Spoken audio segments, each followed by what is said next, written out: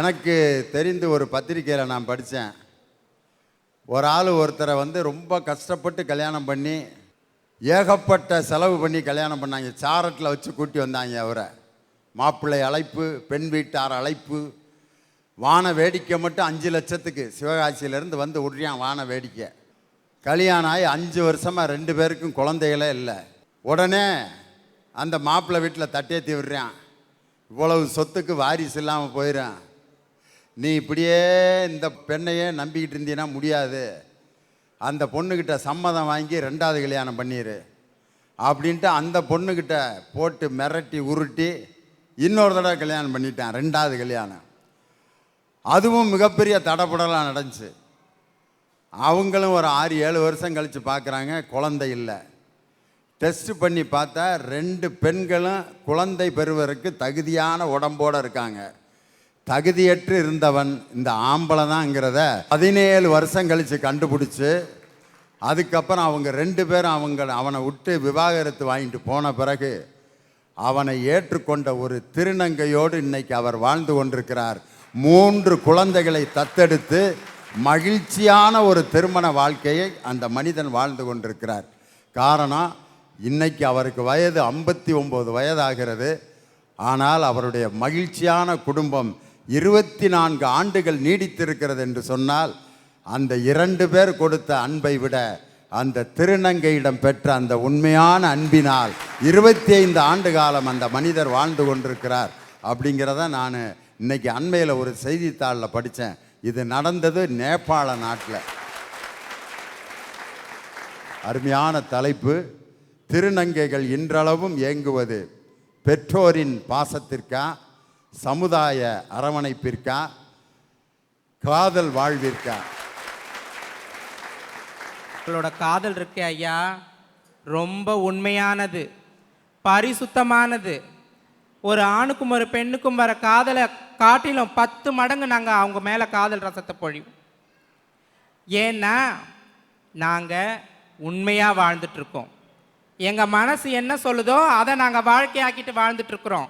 எங்களுக்கு வர்றது காதல்ன்றதை வெளிப்படையாக நாங்கள் சொல்கிறோம். அதுக்காக என்னென்ன ஐயா பண்ணிக்கிறோம் தெரியுமாங்க ஐயா?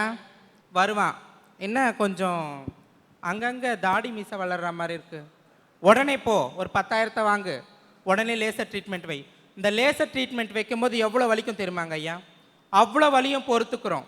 ஏன்னா நம்மளோட காதலனை நம்ம ஏமாற்றக்கூடாது.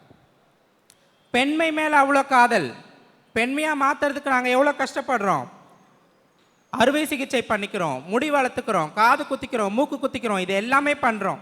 இது எல்லாமே பெண்மை மீது இருக்கக்கூடிய காதல். அந்த காதலர்களை அவ்வளோ பணிவிடை. யாராவது ஒரு பொண்ணை காதலிச்சவங்க ஏதாவது ஒரு கட்டத்தில் என்னடா இதை காதலிச்சு தொலைச்சிட்டு விடவும் முடியல தொடரவும் முடியலன்ற மாதிரி பேதலிச்சு போயிருப்பாங்க. ஆனால் மனசாட்சியை தொட்டு சொல்லுங்க, ஒரு திருநங்கையை காதலிச்சவங்க அந்த மாதிரி ஒரு தர்ம சங்கடமான சூழ்நிலைக்கு ஆட்பட்டிருக்கவே மாட்டாங்க. ஏன்னா ஷாஜகான் என்னங்க மும்தாஜுக்கு தாஜ்மஹாலை கட்டினாரு. திருநங்கைகள் அவங்களோட காதலுக்காக அவங்களோட வீட்டை ஒவ்வொரு நாளும் தாஜ்மஹால் போலவே பாவிச்சு வச்சிருப்பாங்க. அதுக்குள்ள போற ஒவ்வொரு ஆண் மகனுக்கும் தான் தெரியும் தாஜ்மஹால் எவ்வளோ சொர்க்கத்தை விட மேலானதுன்னு சொல்லி. ஒரு ஏமாற்றப்பட்ட கதை இருக்குது காதல்னால, காதல் அங்கீகாரம் கிடைக்காதனால. சென்னையில் ஒரு திருநங்கை, அவங்க தொழிலே பிரியாணி செஞ்சு பிழைக்கிறது தான். ஏதாவது ஃபங்க்ஷனுக்கெல்லாம் போய் பிரியாணி செஞ்சுட்டு வருவாங்க. அவங்களுக்கும் ஒரு காதல் ஏற்பட்டது. அந்த கணவனுக்கு அதீதமாக அவங்க ஆட்பட்டாங்க. அவன் கணவன் மாதிரி நடித்தான், ஆனால் அவன் மனசில் உண்மையான காதல் இல்லை. அவனோட காதல் எல்லாமே அந்த திருநங்கைகள் கிட்ட இருக்கிற பணத்து மேலேயும் நகை மேலே தான் இருந்தது. இந்த திருநங்கைக்கு காதல் உணர்வு அதிகமாகி, நீ என்னோடவே வாழணும், நீ என் கூடவே இருக்கணும், நான் உன்னை விட்டு போக மாட்டேன், என்னோட வாழ்க்கையெல்லாம் உனக்காக அர்ப்பணிக்கிறேன்னு சொல்ல அவனுக்கு ரொம்ப பிரச்சனையாயிடுச்சு. தின்னாடா இது, என்னைக்கோ ஒரு நாள் போகலான்னு பார்த்தோம், இது கூட நின்னாலே எல்லாரும் கேவலமாக பேசுவாங்க, இதுன்னு நம்மளுக்கு ஆளை முச்சுட வாழணும்னு சொல்லுதே அப்படின்னு சொல்லிட்டு கத்தி எடுத்து குத்திட்டு அந்த பணத்தையும் நகையும் எடுத்துகிட்டு போயிட்டாங்க ஐயா. இந்த மாதிரி காதல் கிடைக்காதனால எத்தனை திருநங்கைகள் தற்கொலை பண்ணிக்கிறாங்க தெரியுமாங்க ஐயா? ஆனால் அது எதுவுமே வெளியே வர்றதில்லை. பெண்கள் காதல் ஏன் வெளியே வந்துடுது தெரியுமா? அவங்களுக்கு குழந்தை பிறந்துடுதுங்க ஐயா. அதை கொண்டு வந்து ரோட்டில் போராடுறாங்க. உனக்கு தான்டா பிறந்தது, டிஎன்ஏ டெஸ்ட் எடுத்து பாடுறா, நீ என்னை ஏமாத்திட்ட. திருநங்கைகளுக்கு அந்த மாதிரியான வாய்ப்பு கூட எதுவுமே கிடையாது. இன்னொரு காதலுக்காக ஒரு கதை சொல்கிறேன் பாருங்க. இன்னொரு திருநங்கை அவங்க கணவர் மேலே ரொம்ப அன்பு வச்சுருந்தாங்க, ரொம்ப மரியாதை வச்சுருந்தாங்க. ஒரு பொண்ணு எப்படி நடந்துக்குவாங்களோ அதே மாதிரி நடந்துக்குவாங்க. நாங்கள் எல்லாம் சேர்ந்து ஒரு கோயிலுக்கு போனோம். அப்போ அவங்க என்ன சொன்னாங்கன்னா, ஏம்மா குளிங்கம்மா, கோயிலுக்கு போயிட்டு சாமி பார்க்கலாம் அப்படின்னு சொல்லிட்டு. ஐயோ, நான் வெட்ட வெளியிலலாம் குளிக்க மாட்டேன், யாராவது ஆம்பளைங்க என் உடம்ப பார்த்துட்டாங்கன்னா அப்படின்னு சொன்னாங்க. சரிம்மா, நீங்கள் உங்கள் இஷ்டம், அது மாதிரி நீங்கள் பண்ணிக்கோங்க, நீங்கள் ஃபேஸ் மட்டும் வாஷ் பண்ணிட்டு வாங்க அப்படின்னு சொல்லிட்டு. அந்த மாதிரி தன்னோட உடம்ப கூட வெளியே காட்டாமல் தன்னோட காதலனுக்கு உண்மையாக இருந்த அந்த திருநங்கையோட வாழ்க்கை என்ன ஆச்சு தெரியுமா? அந்த காதலன் எதிர் வீட்டு பொண்ணோட ஓடி போயிட்டான். ஏமாற்றப்பட்ட காதலோட தானங்க ஐயா இன்னும் திருநங்கைகள் வாழ்ந்துட்டு இருக்கிறாங்க. அதோட வலியும் வேதனையும் ஒரு பெண்கிட்டையோ இல்லை ஏமாற்றப்பட்ட ஆண்கிட்டையோ கேட்டு பார்த்தா தெரியும். ஒரு திருநங்கைக்கு காதல் அங்கீகாரம் முக்கியமானதா அப்படின்னு நீங்கள் எல்லாமே நினைக்கலாம். ஆனால் அது ரொம்ப முக்கியமானது. தன்னோட வாழ்க்கையில் ஏற்படுற சுக துக்கங்களை எல்லாமே பகிர்ந்துக்கிறதுக்கு ஒரு ஆள் வேணும். அது அவங்களோட மனசுக்கு பிடிச்ச அந்த உண்மையான காதல் இருக்கிற ஒரு நபரால் மட்டும்தான் முடியும். சாதாரணமாக பேசிகிட்டு இருந்தாலே அது காதலா காமமா அப்படின்னு புரிஞ்சிக்க முடியாத இந்த உலகத்தில் நாங்கள் காதல் அங்கீகாரம் கேட்டு நிற்கிறோம். திருநங்கைகளுக்கு காதல் அங்கீகாரமும் ரொம்ப முக்கியம். ஏன்னா அவங்களும் குடும்பமாக வாழ நினைக்கிறாங்க ஐயா. ஒரு குடும்பத்தில் எப்படி கணவன் மனைவி குழந்தைகள் இருக்காங்களோ அதே மாதிரி கணவன் மனைவி எவ்வளோ அனாதை குழந்தைகள் இருக்குது, அதெல்லாம் தத்தெடுத்துக்கிறதுக்காக குழந்தைகள் திருநங்கைகள் தயாராக இருக்கிறாங்க. நீங்கள் காதல் அங்கீகாரத்தையும் திருமண அங்கீகாரத்தையும் கொடுத்து பாருங்க, அவங்க கண்டிப்பாக இந்த உலகத்துக்கு இந்த சமுதாயத்துக்கு ஒரு நல்ல குடும்பத்தை உருவாக்கி காட்டுவாங்க. வேலை கொடுப்பதில்லை, கல்வியும் கொடுப்பதில்லை, பிச்சை எடுப்பதையும் தடுத்தால் என்ன செய்வது? அரசாங்கம், மத்திய அரசாங்கம் ஒரு உத்தரவு பிறப்பித்திருக்கிறது, பிச்சை எடுப்பது தவறு, பிச்சை எடுக்கக்கூடாது. அப்படி என்றால் வாழ்வு கொடுங்கள், படிப்பு கொடுங்கள், வேலை வாய்ப்பு கொடுங்கள். அதையெல்லாம் விட்டு பிச்சை எடுப்பதையும் விடுங்கள் என்றால் இவர்கள் என்னதான் செய்வதியா? உலக அழகி போட்டி நடத்துறாங்க. அதுலேயே அவங்களுக்கு ஒரு சந்தேகம் இருக்கு. எல்லாமே பொம்பளை மாதிரி தான் தெரியுது. ஆனா அங்கே சொல்றாங்க, இதில் பெண்களா என்று ஆய்வு செய்ய வேண்டும்ன்றாங்க. அந்த அளவுக்கு இன்டர்நேஷனல் லெவலில் இவங்க இருக்காங்க. இந்தியாவில் இங்கே மட்டும் கிடையாது. அவ்வளவு அழகான பெண்கள், அளவான திருநங்கைகள் அழகான உடை உடுத்தி உலக அழகி போட்டியிலே கலந்து கொள்கிறார்கள். ஏன் இங்கே நம்மளுக்கு ஒரு எடுத்துக்காட்டு இருக்கு. ஒவ்வொரு பௌர்ணமி, சித்ரா பௌர்ணமி அன்று விழுப்புரம் மாவட்டத்தில் இருக்கக்கூடிய கூத்தாண்டவர் கோயில் கூவாகத்தில் நடைபெறுகின்ற அழகி போட்டியில் முதல் அழகியாக மிஸ் கூவாகமாக தேர்ந்தெடுக்கப்பட்ட மிஸ் உலக திருநங்கை அழகி வேற யாரும் இல்லை, நம்ம பாரதி கண்ணம்மா தான் மிஸ் கூவாகமாக முதலில் தேர்ந்தெடுக்கப்பட்டார். நீங்கள் அவங்களுக்கு இப்போ வயசு ரொம்ப ஜாஸ்தி ஆயிடுச்சு. ஆனால் முதல்ல அவங்க எப்படி இருந்திருப்பாங்கன்ட்டு இப்போ கற்பனை பண்ணி பார்க்குறேன் நான். இன்னொன்று, நிறத்தை வைத்தோ உருவத்தை வைத்தோ அழகு தீர்மானிக்கப்படுவதில்லை.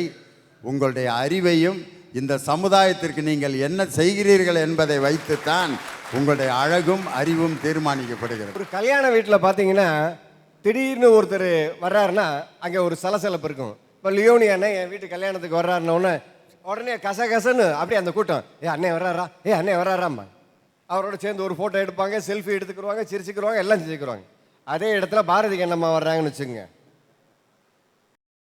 கல்யாண வீடு ஒரு மாதிரியா பார்க்குது. ஏன்? லியோனி அண்ணனுக்கு அவருக்கு இருக்கிற அதே திறமையும் அதே மாதிரி பாரதி கண்ணம்மாவுக்கும் இருக்கு. என்னன்னு தெரியலையா? ஏன் இப்படி பார்க்குறாங்க? இதுக்கு வேற ஒன்றும் செய்ய வேண்டியது இல்லைங்க ஐயா. லியோனி வந்துட்டு அதுக்கப்புறம் பாரதி கண்ணம்மா வந்த உடனே லியோனி மைக்கை பிடிச்சி, இப்படி மதுரையில் ஒரு இலவச சட்ட உதவி மையத்தை நடத்தி கொண்டிருக்கக்கூடிய பாரதி கண்ணம்மா என்ற திருநங்கை இங்கே வருகை தந்திருக்கிறார், அவரை உங்களின் சார்பாக வருக வருகவென்று வரவேற்கிறேன்னு சொல்லிடுங்க. ஏன் கூட ஃபோட்டோ எடுக்கிறத விட அவங்க கூட நிறைய பேர் ஃபோட்டோ எடுப்பாங்க. சமுதாயம் ஒருத்தரை அங்கீகரித்து விட்டால் அதுக்கப்புறம் அவங்களுக்கு தானாக தன்னுடைய அங்கீகாரம் வந்துடும், அவ்வளோதான். இவ்வளவு பெரிய லியோனி ஐயா அவர் அவ்வளவு பெருந்தன்மையா பாரதியை நம்ம பாராட்டும் போது எல்லாரும் பாராட்டி தான் ஆகிறாங்க. அந்த மாதிரி கல்யாண வீட்டுக்கெல்லாம் நான் போனேன்னா ஏன்டா போனேன்னு ஆகி போயிடுறேன். சோறு திங்க விட மாட்டாங்க. சோறு தின்னுக்கிட்டு இருப்பேன், சாப்பிட்டுக்கிட்டு இருக்கீங்களா சார் அப்படின்னு கேட்பேன். இப்போ என்னடா தின்னுக்கிட்டு இருக்கேன், இப்போ என்ன பம்பரமாக விளாண்டுக்கிட்டு இருக்கேன். சார் சாப்பிடுங்க சார், ஒரே ஒரு போட்டோ மட்டும் எடுத்துக்கிறேன்ட்டான். சிவன் பாதி சக்தி பாதி அர்த்தநாரீஸ்வரர். ஆண்டவனே தன்னுடைய பாதியை கொடுத்து இந்த திருநங்கைகளுக்கு அங்கீகாரம் கொடுத்ததா சொல்றாரு. நம்ம மதுரையில் நடனகோபால் நாயகி சுவாமிகள்னு ஒரு கோயில் இருக்கு. அவர் பார்த்தீங்கன்னா மீசையும் தாடியும் வச்சுக்கிட்டு பயங்கரமான ஒரு ஆன்மீக ஞானி. ஆனால் அவர் என்ன செஞ்சாருன்னா, சேலையை கட்டிக்கிட்டு மஞ்சளை பூசி தன்னை ஒரு பெண்ணாவும் திருமாலை ஒரு ஆணாவும் பாவிச்சு அப்படியே அவரோட சேர்ந்து நடனம் புரிஞ்சு ஆனந்த பரவசம் அடைகிறாரியா. அங்கே மக்கள் எல்லாரும் என்ன செய்கிறாங்கன்னா, உடனே அவர் காலில் விழுந்து ஆசீர்வாதம் வாங்குறாங்க. நல்லா கேட்டுக்கங்க, ஆன்மீகத்திலே ஆண்டவனை அடைவதற்கு இந்த திருநங்கையோட அந்த அரவணை வேஷமும் பொருந்துகிறது என்பதை இப்பொழுது நான் உங்களுக்கு சொல்கிறேன். அப்படியே ஆண்டவனுடன் சேர்கிறார் அவர். அந்த பெண்ணுடலுடன் ஆண்டவனுடன் சேர்கிறார். அவர் செய்தால் அவரிடம் இருந்து ஆசீர்வாதம் வாங்குகிறீர்கள். ஆனால் இந்த சாதாரண திருநங்கைகளை நீங்கள் ஏளனம் பேசுவதை தவிர்த்து சமுதாயத்தில் உரிய மரியாதை கொடுத்து அவர்களை மனிதர்களாக மதியுங்கள் என்று கூறி வாய்ப்புக்கு நன்றி பேரி விடுகிறேன். நன்றி, வணக்கம். எங்க அம்மா ஒரு நல்ல காரியத்துக்கு போறாங்க வச்சுக்கோங்களேன், அங்க பாக்குறவங்களாம் இவளுக்கு தான் அந்த திருநங்கை பொட்டை ஒன்று பிறந்திருக்கு, இவளை முன்ன கூப்பிடாதீங்க, கொஞ்சம் பின்னாடி வைங்க. அதை என் தாய் காது வழியா கேட்கிறாளே, அவ மனசு எப்படி துடிக்கும். இப்படி சுற்றி சுற்றி சுற்றி சுற்றி எல்லாத்தையும் சித்திரவதை பண்ணுறீங்க. அப்போ நாங்கள் எப்படி அந்த குடும்பத்தில் இருக்க முடியும்? யோசிச்சு பாருங்க. எங்கள் தாய் வெளியே போகாத, என் பிள்ளைய வெளியே அனுப்பாதன்னு சொல்லுவாய்யா. நல்லா யோசிச்சு பாருங்க. ஒரு வீட்டில் ஆண்கள் பேசக்கூடிய விஷயங்கள் எடுபடுமா? ஆண்கள் எடுக்கக்கூடிய முடிவுகள் எடுபடுமா? நம்ம அம்மாங்க எடுக்கக்கூடிய முடிவுகள் எடுபடுமா? அம்மாங்க அங்கே பேச முடியாது, அம்மாவுக்கு அங்கே வாய்ஸ் இல்லை. அப்படியே வீட்டை விட்டு வெளியில் வந்துடுறோம். நானும் அப்படி தான் வந்தேன். இது அழகாக இந்த சமுதாயம் இதெல்லாம் செஞ்சு என்னையும் திருத்திட்டு கை கொட்டி சிரித்து பின்னாடி இருந்து இவன் என்ன பண்ணுறான்னு பார்ப்போன்னு சொல்லி பார்த்தீங்க. எனக்கு ரொம்ப தூரம் போக மனசு இல்லை. ஒரு 2 ஸ்டாப்பு தாண்டி ஒரு வீடு குடி எடுத்து இருந்தேன் மற்ற திருநங்கைகளோட. பெத்த தாய் மனசு பாருங்கள். எங்கள் அம்மா அவங்க மனசு கேட்கலை. பிள்ளைய வாரத்துக்கு ஒரு தடவையாவது பார்க்கணுன்னு சொல்லிட்டு எங்கள் அப்பாவுக்கும் அண்ணனுக்கும் தம்பிக்கும் தெரியாமல் மறைஞ்சி மறைஞ்சி மறந்து ஞாயிற்றுக்கிழமை காலையில் என் வீட்டுக்கு வருவாங்க. வந்து, எப்பா சாப்பிட்டியா, போன வாரம்லாம் நீ என்ன பண்ணிகிட்டு இருந்தேன், உடம்பை பார்த்துக்கிட்டியா எல்லாம் கேட்டுட்டு, நான் ரொம்ப ஹெல்த் கன்சர்ன், உடல் நலத்தை பேணக்கூடிய ஒரு ஆளையா. வீட்டில் அரைச்ச மாவை தான் சாப்பிடுவேன், வீட்டில் அரைச்ச மிளகாத்தூள் தான் நான் குழம்புக்கு பயன்படுத்துவேன். இதெல்லாம் எங்கள் அம்மாவுக்கு தெரியும். அதெல்லாம் ஒரு டப்பாவில் போட்டு கொண்டு வந்து கொடுத்துட்டு எங்கள் அம்மா போவோம். இந்த வேதனை இங்கே உட்கார்ந்து இருக்கிற இங்கே பார்க்கக்கூடிய உங்களுக்கு இருந்தா மனசை தொட்டு பாருங்க, உங்கள் வலி எப்படி இருக்கும். எங்கே உங்களுடைய நெஞ்சை தொட்டு சொல்லுங்க. யாராவது ஒருத்தர் கையை தூக்கி சொல்லுங்க. உலக மக்களே, எனக்கோ என் குடும்பத்துக்கோ என் வம்சத்துக்கோ ஒரு திருநங்கை பிறக்காது நான் உத்தரவாதம் சொல்கிறேன்னு சொல்லுங்க. சொல்ல முடியுமா? முடியாது. ஆக அப்படி யாருக்கு வேணால், எந்த குடும்பத்தில் வேணால், எந்த இனத்தில் வேணால் இந்த குழந்தை பிறக்கலாமே. இந்த மாதிரி தெருவில் எங்களை வீசி எரிஞ்சிட்டு என் தாயை மறைஞ்சு பார்க்கக்கூடிய நிலைமைக்கு சுற்றி இருக்கிறவங்க ஆளாக்குறீங்களே, அது ஒரு பெரிய மன வேதனையாக இருக்குங்க ஐயா. எனக்கு ஒரு தாய் மாமா ஒருத்தர் இருந்தார். அம்மாவுக்கு கொஞ்சம் தூரத்து சொந்தம். அவர் எனக்கு வச்ச பேர் கண்டம் பீஸ். அப்படின்னா என்ன தெரியுமா ஐயா? தெரியலையா? என்னங்க ஐயா தெரியல? தெரியல, சொல்லுங்க. கண்டம்னா உதவாத ஒரு பொருள். கண்டம், இது கண்டம் ஆயிடுச்சு. கண்டம் பீஸ்னா உதவாத பொருள், உதவாதவன் அர்த்தம். வீட்டுக்கு வருவார் அவர். உதவாதவன் இருக்கிறானா, அந்த கண்டம் இருக்கிறானா, இப்படிப்பட்ட ஏச்சுக்கள் பேச்சுக்கள். சரி, நாமளும் பொறுத்து பொறுத்து பார்த்தோம். அப்படியே வெளியில் வந்துட்டோம், எல்லாம் முடிஞ்சு போச்சு. சூழ்நிலைகள்லாம் மாறுது. பல வருஷங்கள் எல்லாம் வெளி உலகத்தோட பேசி அவங்களோட பயணம் செஞ்சு நிறைய விஷயங்களை கற்றுக்கிட்டாச்சு. தமிழ்நாடை தாண்டியாச்சு, இந்தியா முழுக்க சுற்றியாச்சு, இந்தியாவை தாண்டியாச்சு. இங்கே இருக்கக்கூடிய மெக்சிகோ, இங்கே இல்லைங்க, வெளிநாட்டில் இருக்கக்கூடிய மெக்சிகோ சிட்டியில் போய் திருநங்கைகள் பற்றி பேசிட்டு வரோம். பிரான்ஸ் கண்ட்ரியில் போய் பேசிட்டு வரேன். பக்கத்தில் இருக்கக்கூடிய இலங்கையில் போய் பேசிட்டு வரேன். பங்களாதேஷில் போய் திருநங்கைகளை பற்றி பேசிட்டு வரேன். உலகம் இத்தனை விஷயங்களை எனக்கு கற்றுக் கொடுத்துக்கிட்டே இருக்கு. ஒரு பக்கம் இத்தனையும் பார்க்குறான் எங்கள் வீட்டில் இருக்கிறவன். அத்தனை விஷயங்களையும் என்னுடைய அண்ணன் தம்பி எங்களுடைய அப்பா எல்லாரும் பார்க்குறாங்க. ஓ, இவன் வளர்ந்துட்டான், ஓரளவுக்கு பெயர் எடுத்துட்டான், பணம் காசும் இருக்கும், சரி நமக்கு மெதுவாக சேர்த்துக்குவோன்னு சேர்த்துக்கிறாங்க. ஆனால் எனக்கு மனசு முழுசாக ஒட்டலைனாலும் அவங்க கூட தானே பிறந்து வளர்ந்தேன், அவங்களோட தானே வாழ்ந்தேன். திருப்பி போகிறேன், போய் பார்த்தேன் எங்கள் அப்பா வந்து உடம்பு முடியாமல் படுத்திருக்காரு. அவர் கையில் வாட்சி இல்லை, அவர் கையில் மொபைல் இல்லை.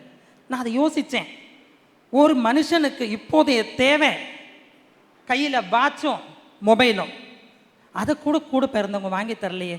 முதல்ல பிடிங்க, ஒரு வாட்சி வாங்குங்க, இந்தாங்க இந்த மொபைலை வச்சுக்கோங்க. மொபைலில் யார் யாருக்கிட்டலாம் நீங்கள் பேசணும்னு விரும்புகிறீங்களா அப்பா அத்தனை பேர்கிட்டையும் பேசுங்க. ஃபோன் சார்ஜ் தீர்ந்து போச்சா எனக்கு ஒரு ஃபோன் பண்ணி சொல்லுங்கள், நான் ஈஸி பண்ணி விடுறேன். ஆண்கள் வந்து வீரத்தில் சிறந்தவங்க, பெண்கள் வந்து குணத்தில் சிறந்தவங்க அப்படின்னு சொல்கிற நம்ம சமுதாயம் வீரத்திலையும் குணத்திலையும் 2 சிறப்புகளை பெற்ற நம்ம திருநங்கைகளை மட்டும் ஒதுக்கி வைக்கணும்னு ஏன் நினைக்கிறாங்க? ஐயா, நம்ம அரசாங்கம் என்ன சொல்லிட்டு இருக்குன்னா, ஆண்கள் பெண்கள் அவங்களுக்கு இருக்கிற உரிமை படிப்பில் எப்படி இருக்கோ அதே மாதிரி இப்போ நம்ம திருநங்கைகளாகிய அவங்களுக்கும் பட்டப்படிப்பு படிக்க உரிமை இருக்குது அப்படின்னு சொல்லியிருக்காங்கய்யா. ஒருவேளை அவங்க மருத்துவ படிப்பில் படித்து முதல் சிறப்பு மருத்துவராக வராங்க, அப்போது அவங்க வந்து ஹார்ட் ஸ்பெஷலிஸ்ட்னு சொல்லப்படுறாங்கன்னா, நானோ இல்லை என்னோட சுற்றி இருக்கவங்களோ அவங்கள தீண்டத்தகாதவங்கன்னு சொல்லிட்டு ஒதுக்கி வைப்போமா, இல்லை அவங்ககிட்ட போய் ஊசி வச்சுக்கிட்டு உயிர் பிழைக்க பார்ப்போமா? அவங்கள அப்போ ஊசி வச்சுக்கிட்டு உயிர் பிழைக்க தாங்க எல்லாருமே பார்க்குறாங்க. ஏன்னா இந்த சமயத்தில் வந்து எல்லாருமே சுயநலவாதியாக இருக்காங்க. அப்போ அவங்க ஊசி போடுற ஊசி எடுத்துக்கிட்ட நம்ம அவங்கள மட்டும் சமுதாயத்தில் ஏற்றுக்க மறுக்கிறோங்க. ஐயா, ஓட்டுரிமைன்னு சொல்லிட்டு எல்லாருக்குமே கொடுத்தாங்க அரசாங்கம். அதே மாதிரி திருநங்கைகளுக்கும் ஓட்டுரிமை இருக்குன்னு சொல்லிட்டு 1994 அவங்களுக்கு கொடுத்தாங்கய்யா. அப்படிப்பட்ட உரிமையை கொடுத்த அந்த அரசாங்கம் அந்த உரிமையை பயன்படுத்த விடவே இல்லைங்கய்யா. ஏன்னா ஐயா, இப்போ நீங்கள் ஓட்டு போட போகிறீங்க, போயிட்டு இருக்கும்போது அங்கே அந்த இருக்க பூத்தில் இருக்க மக்கள் உங்களை பார்த்து என்ன கேட்பாங்க? ரொம்ப சந்தோஷம் சார். என்கிட்ட கேட்பாங்க, யார் சார் வருவா அப்படிம்பாங்க. நான் எனக்கு பிடிச்சவர் யாரோ அவர் வருவார் அப்படிம்பேன். இவ்வளோதான். ஓட்டு போடுற இடத்துல இந்த மாதிரி பேச்சு தான் கேட்பாங்க. அல்லது அந்த வாரம் என் பட்டிமன்றம் டிவியில் வந்துருந்துச்சுன்னா, நிகழ்ச்சி பார்த்தேன் சார், ரொம்ப அருமையாக இருந்துச்சு அப்படின்னு சொல்லுவாங்க. அப்போ உங்கள் மனசு எப்படியா சந்தோஷப்படும்? ரொம்ப சந்தோஷமாக இருக்கேன். ஆனால் அவ்வளோ சந்தோஷப்படுற உங்கள் மனசு மாதிரி நம்ம திருநங்கைகள் ஓட்டு போடும்போது நம்ம சமுதாயம் என்னன்னு சொல்கிறாங்க தெரியுமா? இவன் இப்படி சொல்கிறதில்ல, இதெல்லாம் எதுக்கு ஓட்டு போட வந்திருக்கு அப்படின்னு ஆடு மாடை சம்மந்தப்பற்றி பேசுகிறாங்கய்யா. அப்போ அவங்க மனசு எவ்வளோ கஷ்டப்படுன்னு சொல்லிட்டு நம்ம சமுதாய மக்கள் நினச்சி கூட பார்க்குறதில்ல. அந்த சமுதாய மக்கள் வந்து முன்னாடி காலத்துலலாம் சொன்னாங்க, ஒரு மனுஷனுக்கு தன்னம்பிக்கை மட்டும் இருந்தால் பத்தாது, மனசில் கவலை இருந்தால் அவனால் எந்த ஒரு காரியத்திலையும் ஜெயிக்க முடியாதுன்னு சொல்கிறாங்கய்யா.